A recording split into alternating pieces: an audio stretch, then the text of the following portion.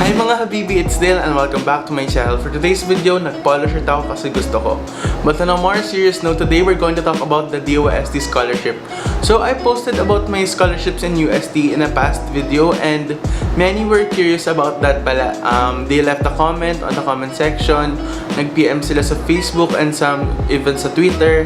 So yun, I've compiled their common questions and I'll hope to answer them now in this video and hopefully clarify some things para dun sa mga nagtataka pa about what the scholarship is really about. So, let's get started. So, let's start with the most obvious question. Kuya Dil, ano nga po ba yung DOST Scholarship? So, the DOST-SEI Scholarship is basically given to those who want to pursue programs in college that are related to science and technology. And, iyon, it's divided into two types. Una yung RA 7687, gagamit ng kodigo. It's the Republic Act 7687, also known as the Science and Technology Scholarship Act of 1994. And then mine naman, it's called the Merit Scholarship. The difference between the two scholarship is that yung sa 7687, meron din tinitignan doon na factor which is the socio-economic status mo and syempre ng family mo. So yun yung difference nun. So merong theory doon pero hindi ako sure, hindi ko naman ata nalinaw yun na clarify na mas mataas yung chance na makatanggap ng scholarship yung mga RA scholars since mas nangangailangan naman talaga sila. So yun lang naman yun. So yan, basically the scholarship is given to those who want to pursue STEM undergraduate programs in college. Tapos meron lang dalawang division that are relatively similar except for one factor. The second question is, since nabanggit ko nga na STEM related yung mga programs na covered ng scholarship, ano specifically yung mga yon? So mahaba yung listahan, I'll leave them here, dito, and magli-leave din naman ako ng link down below kung saan yung ma-access lahat ng info na to. So madali naman ma-access yung website ng DOST-SEI. Like, pag pinindot mo yung link sa baba, makikita mo naman na lahat ng binabanggit ko dito except for those that I will discuss later on. So yun nga, since napakita ko na yung mga analyst, so it ranges from aeronautical engineering up to statistics. Pero every year, ang alam ko na update yan. Like, hanggang ngayon kasi wala pa atang physical therapy and occupational therapy. Pero malay natin later on, matatagdag din yun dun. So the third question is, sino nga ba yung mga pwede mag-apply for the scholarship? So here's the list. So nag-screen grab lang din ako from the website. Yun, number 1, be a natural-born Filipino citizen. And the number 3 is be a member of the STEM strand. So kung nasa senior high ka ngayon, mas okay kung STEM student ka kasi you can easily apply for the scholarship. Unlike ng non-STEM students, you need to be part of the top 5% of your strand in your graduating batch. Kailangan hindi mo pa na-take yung scholarship exam kasi kung na-take mo na dati and hindi ka nakapasa, you're not eligible anymore. It's quite simple. You can read it again and access the website. So yun, nabanggit ko na yung requirement. So paano ka mag-a-apply ngayon? Since given the situation, online yung registration for the DOST Scholarship and these are the forms that you need to accomplish. So medyo mahaba yan. You just need some help from your parents in some parts pero some you can answer on your own. So I suggest na simulan nyo na agad yan kung available na. Hindi ko pa na-check na, sorry. But ayun, you can easily accomplish these forms and ayun, apply. Siyempre may application process nga. Siyempre may exam ka nang aabangan. Kuya Dale, paano nga po ba yung exam? So, bago ko sagutin yan, sasabihin ko lang na merong primer na binibigay yung DOST-SEI. Available din yun sa website nila and papakita lang doon yung summary parang kung ano yung general na scope ng exam and parang may guide questions, merong practice test para mas makomprehend mo kung anong klaseng tanong yung lalabas. To be more specific, ito yung tatlong parts ng scholarship examination. Number 1 is the verbal and non-verbal reasoning. So, that's basically mental ability. Number 2, it's the English, Science, Mathematics, and Mechanical Technical. So, doon papasok yung mga inaral mo nung senior high, nung junior high, nung buong high school life mo. So, kailangan mo mag-solve doon, kailangan may memorize kang formulas, and all that stuff. And number 3 is self-inventory. So, naguluhan ako dito. So, binasa ko kung ano ibig sabihin nun. Para siyang mini-survey sa exam na there are no right or wrong answers. Pero what you answer will determine, will reflect on you, on who you are as a person. So, basta just be honest on that part. Di ko sure kung graded yun but syempre sa exam yun. So, just be who you are and okay na yan. Number 6 is, paano malalaman kapag nakapasa?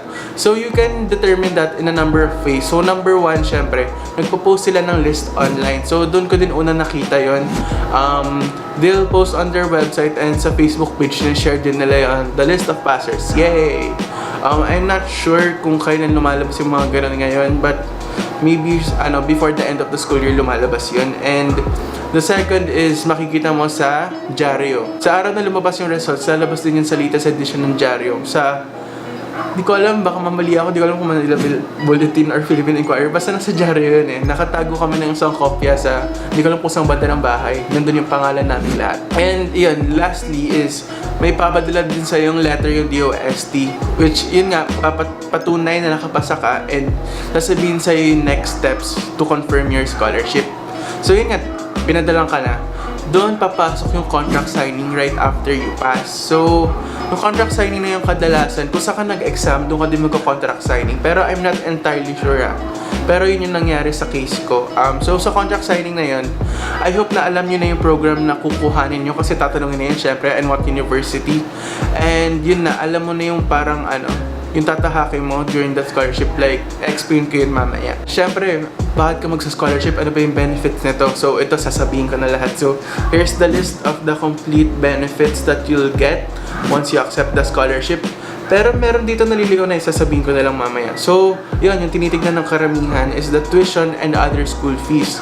So, yun, kung may bayad yung sa university mo, unlike the state universities, meron deduction ng 40,000 pesos per academic year. So, napakalaking tulong nun kasi nga, 40,000 pesos ang makakapulot nun. And yun, there's a book allowance, premium health and accident insurance, and transportation allowance, which is, yung beneficial yon para sa mga taga-malayo, like yung university mo nasa taas ng Pilipinas tapos taga-Mindanao ka. So, it's very beneficial for those kasi i-reimburse ng DOST yung isang round trip mo. But my favorite of all is the monthly living allowance. So, tawag namin doon stipend, which is worth 7,000 pesos per month. So, ako ginagamit ko yung pangbaon sa sarili ko every month. Yung iba naman sa dorm. Aside from that, ang alam ko meron pang uniform allowance to every year na 1,000 eh. Nakatanggap ako nun eh.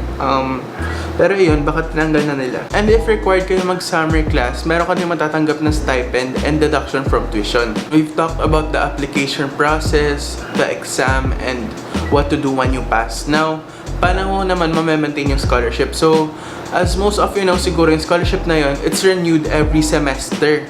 And ma-maintain mo yon based on the criteria they have given for you and your specific situation. So, kunwari, non-UP student ka. Kunwari, first year, you need to maintain a GWA, a general weighted average of 2.5 or up. Basta mag-aral ka na mabuti, kaya mo yung abutin. So, I encourage all of you to apply for the scholarship if you can. But if UP student ka, it's 2.75 and above. So, magkaiba ng standards for UP and non-UP students. So, ayan, clarify ko lang, may nagtanong din kasi sa akin kung applicable yung scholarship na to for non-UP students. So, obviously, yes, applicable siya. Basta kailangan yung university mo, it meets with the standards of the DOST scholarship, like may specific criteria, like kailangan center of excellence yung college mo, yung program mo, eligible din for the scholarship. So, you need to look on that. Discuss ko na din yung sa second year. The second year, mas specific kasi titignan nila yung semestral average mo. Kasi kung sa first year per year, sa second year per semester, so 2.5 rin, same mechanics as before, pero per semester titignan. Pero what's good about the third year to fifth year, kung may fifth year ka or hanggang fourth year lang, kailangan mo na lang talaga mapasa yung mga subjects mo. So that's really good kasi parang pagod ka na by that time eh. And the last question is, kuya, ano po yung kapalit ng scholarship na to? So, DOST is asking for these 3 letters, ROS, which is Return of Service. So, yun nga, you've graduated from your program and UST hopes that you would apply what you learned through working here in our country locally, preferably in your municipality or province, tapos apply mo yan. So, kunwari ako, pharmacy student, they prefer that I work in a pharmacy or kaya naman maging researcher. Basta ma-apply ko yung natutunan ko dito sa bansa natin para makaambag ako sa bayan. If you want to discontinue that, like, kung ayaw mo magtrabaho dito, you have another option which is to pay back what they've given you with tax. So aside from these questions, nagtanong rin ako sa group chat namin ng DOST Scholar sa UST. And I've asked them kung ano yung mabibigyan nilang tips and suggestions para sa inyong incoming scholars or aspiring scholars.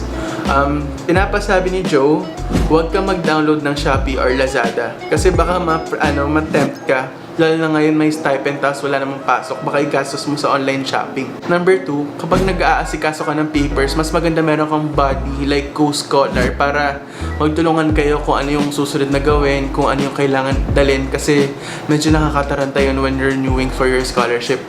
And number 3, from Joe pa rin, pag nakakita kayo ng babae naka-jacket na pink sa mismong DOST branch, tumakbo daw kayo. And from Ate Jessica, Ate Jess, Ate Cute, sabihin mo, tarayan din yung babaeng mataray na tumatanggap ng form. So, huwag nyo gawin yun. Kung mataray man sila sa'yo, it just means that they're tired. So, just treat them with kindness. Ang plastic ko, no? And lastly, from Lord Harold, siguraduhin nila yung papers nila. Huwag daw nila tularan si Harold. Kasi, it's a tip from all of us. Kapag may pinasa ka sa DOST, kadalasan meron ka din kailangan kuhanin sa kanila.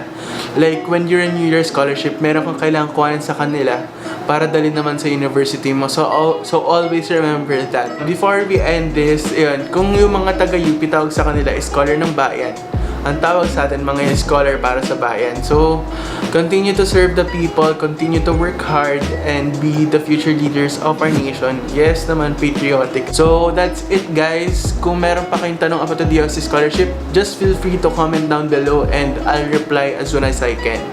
Thank you, bye mga habibi!